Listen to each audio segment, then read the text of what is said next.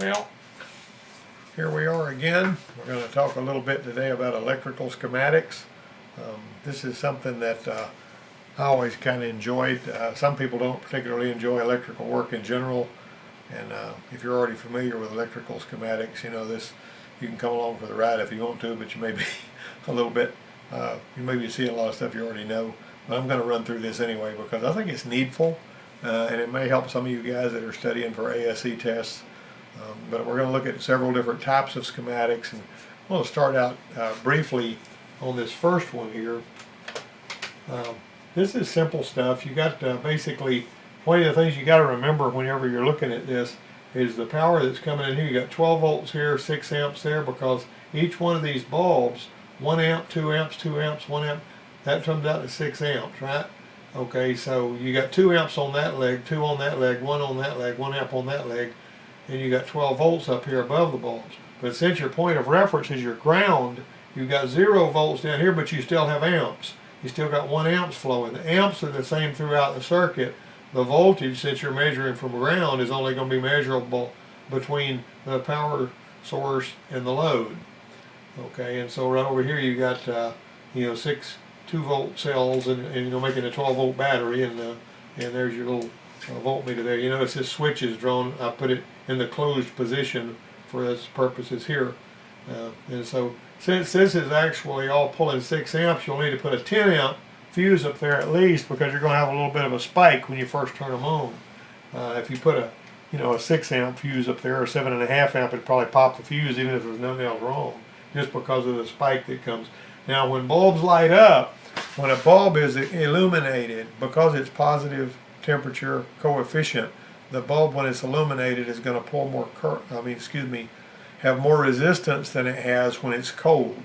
So if you measured it with a meter and then you use your EIR to calculate it, you'd find out that when the bulb is burning, it's got a lot more resistance than it does whenever it's just sitting there cold and you're measuring it with a meter and it's not loaded. See, the hotter it gets, the more resistance it has. Anyway, now this right here was the original schematic for what I just showed you. And a lot of the times you're going to see this, you're going to see them having to go from page to page to page to follow the schematic all the way from one source to the other. Probably some of the most complicated schematic I saw that was totally unexpected was like on a 2001 S10, and I may talk about that one day, where we had to figure out why the headlights weren't working. And if you've got the ability to look up the headlights on a 2001 S10 with daytime running lights, you'll be absolutely astonished at how complicated that wiring is on that 2001 S10 headlight circuit.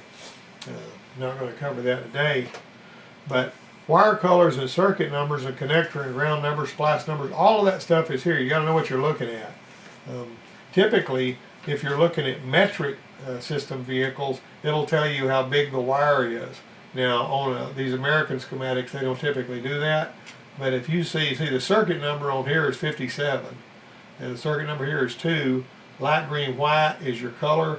You better look at that color rundown on if you get to it in your wiring book, because on some of your makes of vehicles the colors have a different name. Like on Asian vehicles, blue is L instead of being BL or whatever. It's just L, and black would be BK, and then BN for brown and that kind of thing. On German cars, black wires are SW. Of course, Schwarz is black for German. But anyway, you got to be able to reach this right here. Is what you call a gang switch.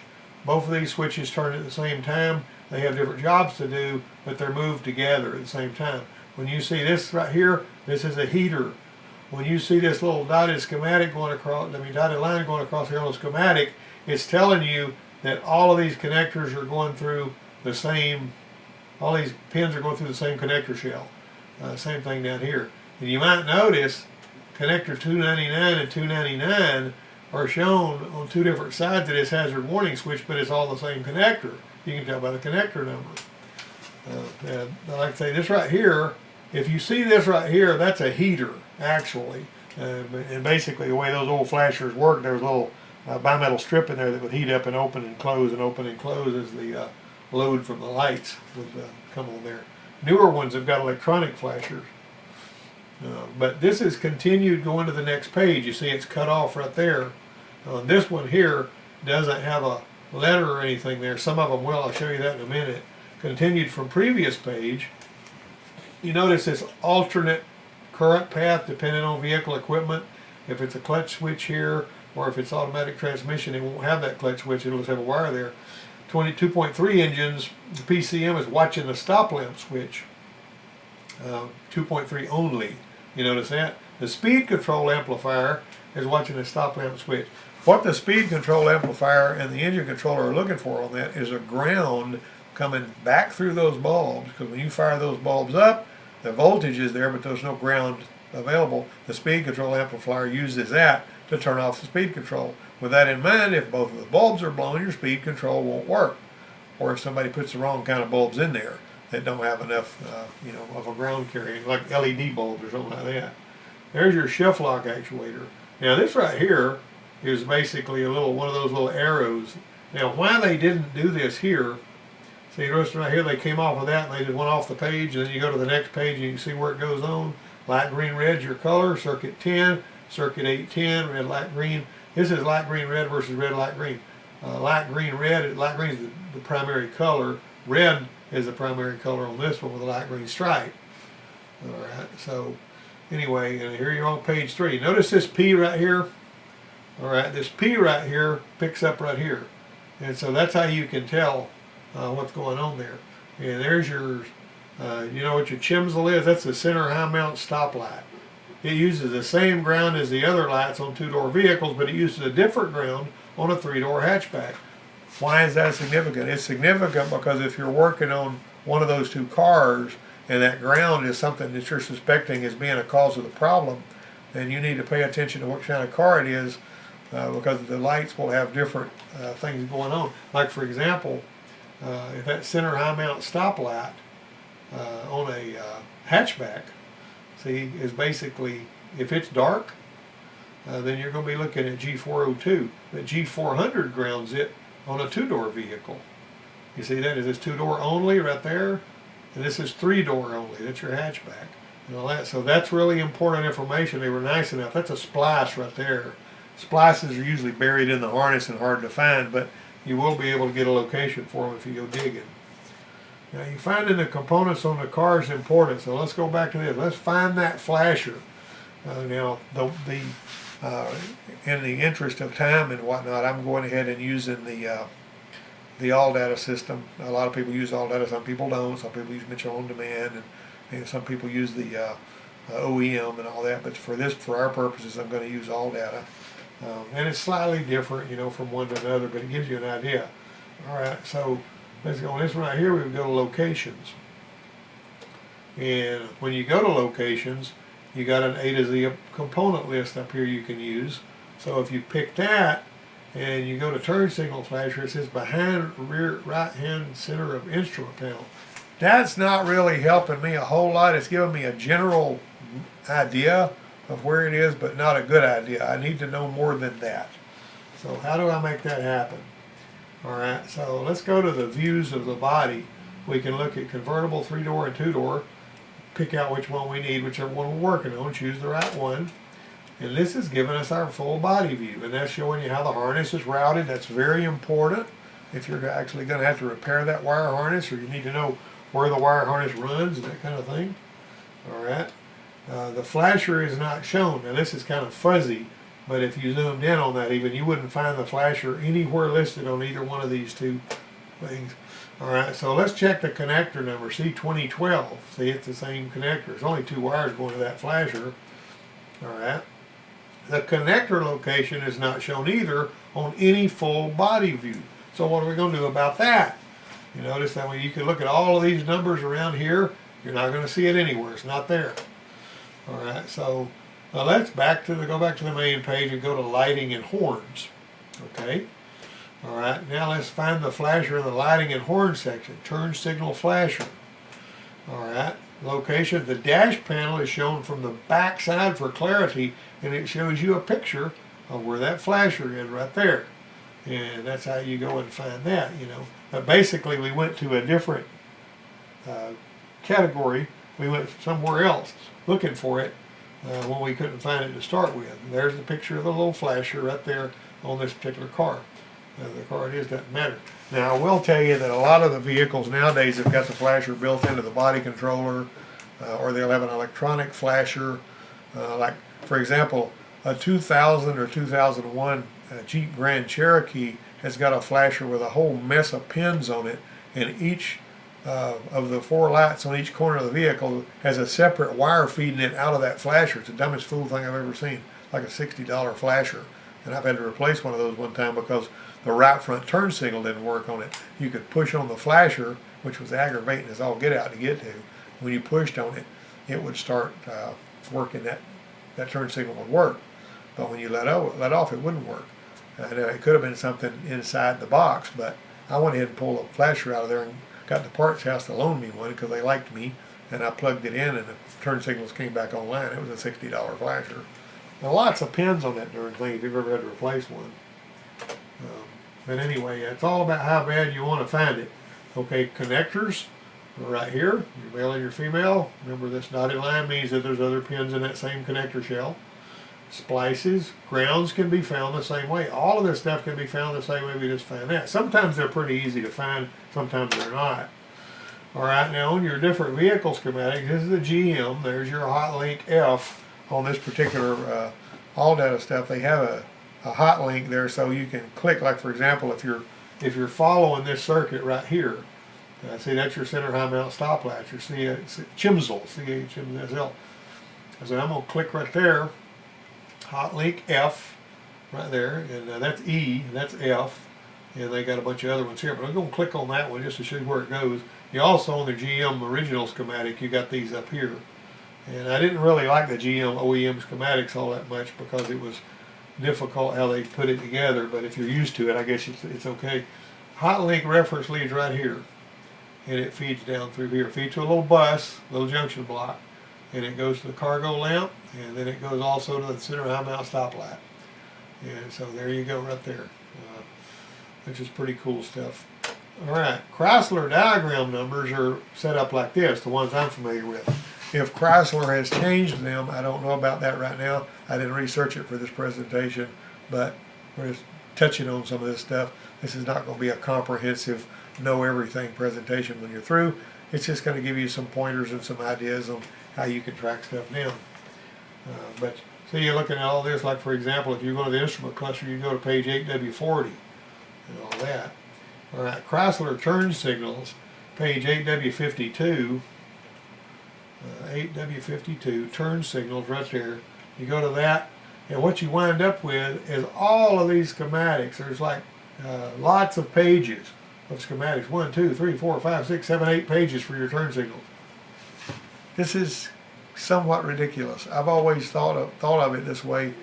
Anytime I ever looked up anything on a Chrysler, even looking up the like on a 2003 Jeep Wrangler one time that I'll probably talk about on one of these videos sooner or later.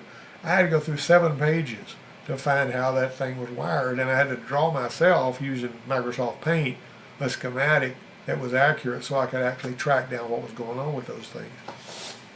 But anyway, if you're having to flip back and forth from page to page, it's really easy to get lost. Pages 2 and 3, there's a twisted pair. That's network. You notice where that goes from the steering control module to the front control module. See, then it's basically a communication thing. And then you also are spliced over here, and there's a twisted pair still going part of that same bus. You know, it goes to other modules and all. When you see the dotted line, that means that you're not seeing the entire component. There's more to this than what you see there. The same way down here, you see the dotted line there. This is the headlamp switch. This is the cluster. You might notice the headlamp switch on this one has the little numbers for the switch positions, and over here it tells you what those numbers are. Now there are resistors in here that basically send signals to that cluster to tell it what to do. Alright, switch has 3 separate contacts on this one right here. It's not quite drawn like those other gang switches. 3 contacts with 3 separate jobs. That's a stoplight switch. 6 wires going to it.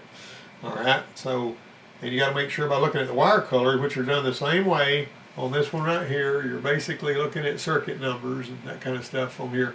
If you can figure that out, they're slightly different. And this gives you the color, but instead of drawing a picture, it looks like a wire, they just put a line there. This is a relay. There's your, what triggers a relay, and this is the closed. It's the normally open. The normally closed right here is basically that one there. Whenever you energize it, it goes here. But you notice how that thing is actually got to be energized to open? Isn't that something? That leads to another page. It depends on how it's wired up, and they'll have it drawn the right way usually. Sometimes you'll find mistakes in there. Notice the difference in the way the grounds look. Instead of looking like a little spade with those little lines, they got just a little circle and a little horizontal line down there. But the numbers are, and this actually gives you the page number where you can go find that ground if you want to, which is pretty handy. All right, this is from your previous page. You notice the similarity on that one there. This leads to another page, and when you get to that other page, and you got to go to this page right here. When you get to that other page, you're going to find where that goes in, and it's feeding all this other stuff. See, so you can kind of see how you can track that thing, but it's easy to get, like I say, it's easy to get lost if you're not really careful on that. There's page 6, basically leading down there. This stop and turn lamps. All right, and there's page 7. Those are, whenever you look in at those pages, flipping from page to page, I get irritated. Now, that's another kind of schematic. German cars like to use track wiring diagrams, which works differently. Now, Mercedes is not exactly like this, but Volkswagen and Audi and these people like to do this. This is see the track numbers down here on that? And this goes to the next diagram, this goes to the previous diagram. They got the thing lined off all along here, boop, boop, boop, boop, like that. But you can actually, we're going to look into that here in a minute. Okay, so you got your previous diagram, your next diagram, imaginary track 175 grid line. See that? Okay, so this is basically just a continuation reference right there.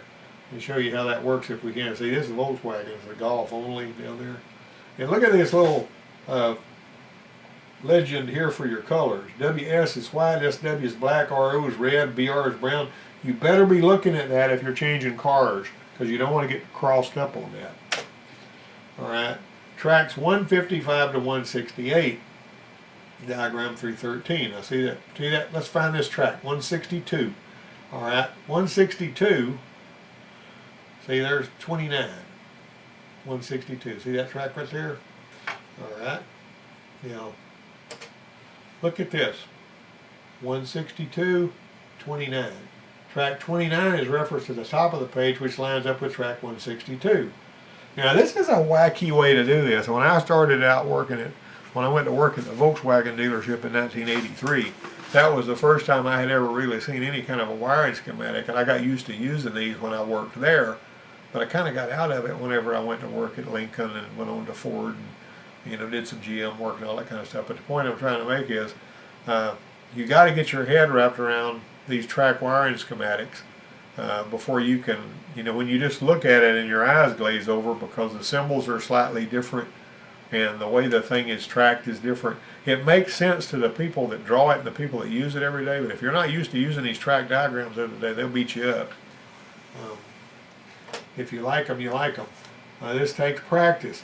Now, ground, connector, and component locations are illustrated like that, 32, 44, 49, 77. See, they actually have you, they just kind of generally tell you where they are on the car. That's on an Audi there. On a Mercedes, you see this wacky stuff. You see these solid state boxes with these transistors in them down there and all that stuff. And it's vaguely similar, and you actually got some track numbers up here and down here. See that? So you're basically using the same method, but it doesn't quite look the same as the Volkswagen. Now, if you're used to Volkswagen, you can figure out Mercedes fairly easily. Anyway, the quicker we get away from that, the better off we are. But see, there's your track right there. See that track? All right. Now, Toyota puts this stop lamp schematic on page 1, all on one page, which was really smart.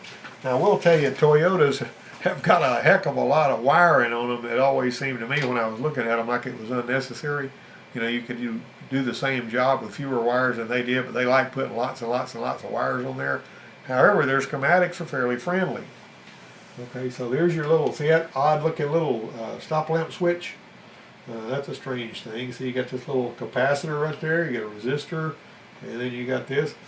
Alright, so there's your ground, and that right there is going to get these little words, you got to be able to read them. They got them in there sideways. The little ground looks very similar.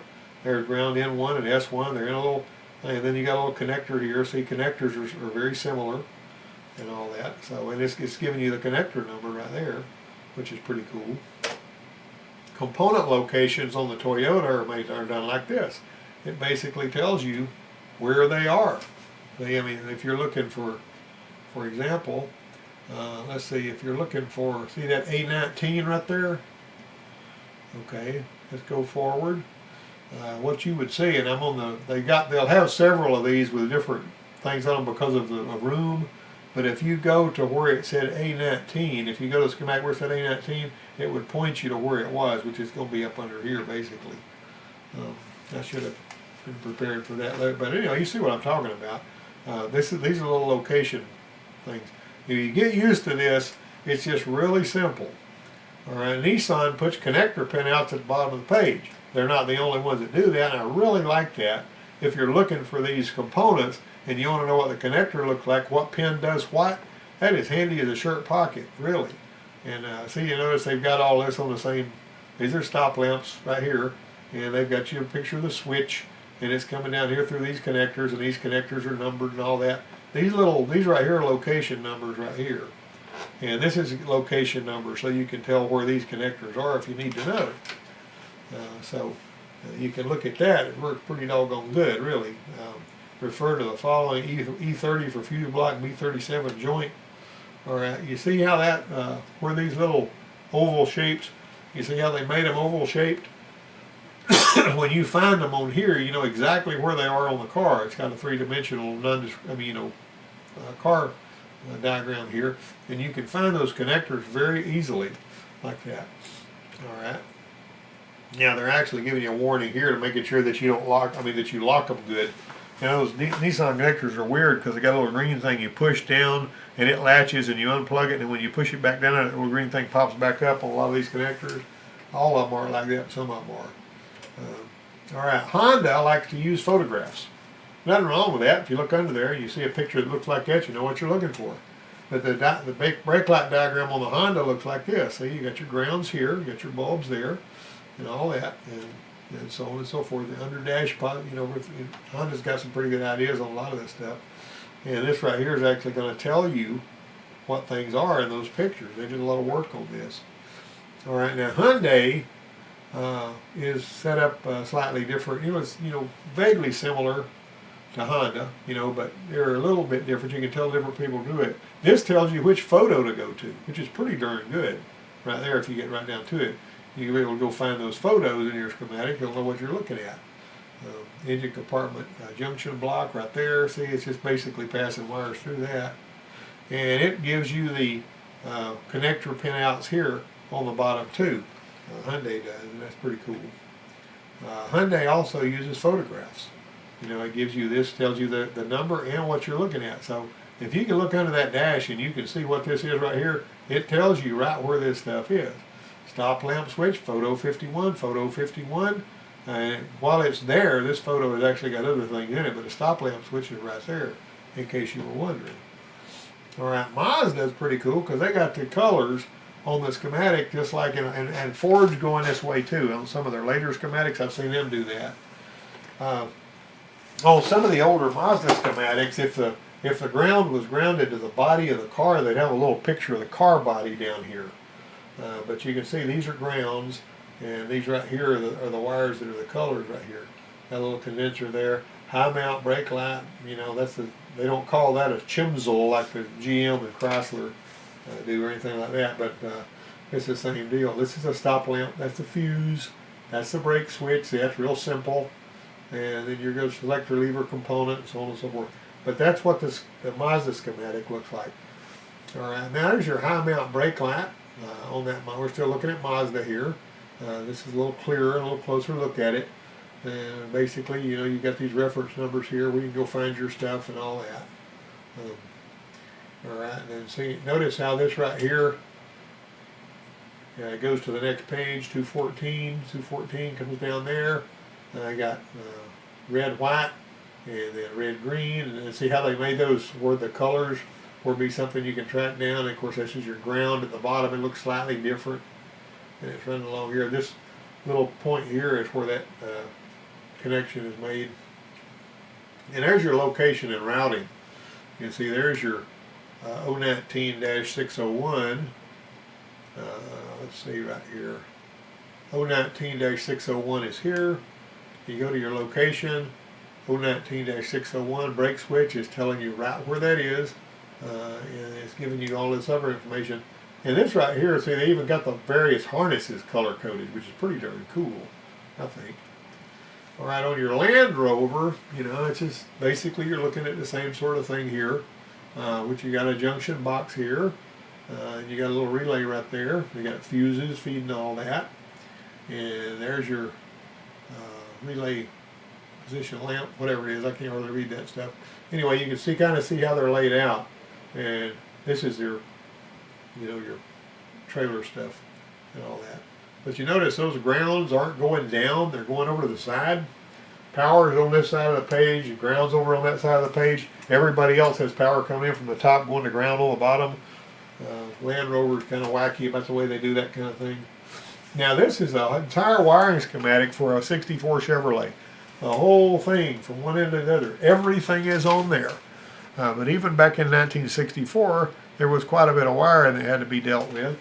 And if you were a guy that was a mechanic, and I've worked on some vehicles using these schematics, you got to really trace this darn thing with a ballpoint pen or something to go to find out where you're going, and it's really, really, really tricky. They've even got the distributor in there, and they've got the alternator in there, and they've got, you know, the way they even show you how the alternator's wired on the inside, and the starter and all that, which is pretty cool. The light bulbs look like lights, and the horns look like horns. You know, they actually tried to draw it so that it would be easy enough to figure out if you knew what you were doing here. There's your windshield wiper switch right there, and then you got all these other little things. But you see what I'm talking about here. Anyway, this has been a quick run through wiring, and that pretty well winds up today's presentation. I hope you got something out of it. This is something that you kind of got to sink your teeth into if you're going to be successful at fixing anything. And having access to a wiring schematic as opposed to not having one will mean the difference between fixing it and the difference between not fixing it. And they will have wiring schematics on ASE tests, so you got to be able to figure out how to read these things and how to follow the track from power all the way through and figure out what's going to happen, because they're going to have little schematics. They'll tell you what happens if this switch is closed and all that kind of thing. But anyway, that's about all I'm going to cover today, and I hope you got something out of it. I really appreciate your support and your patience.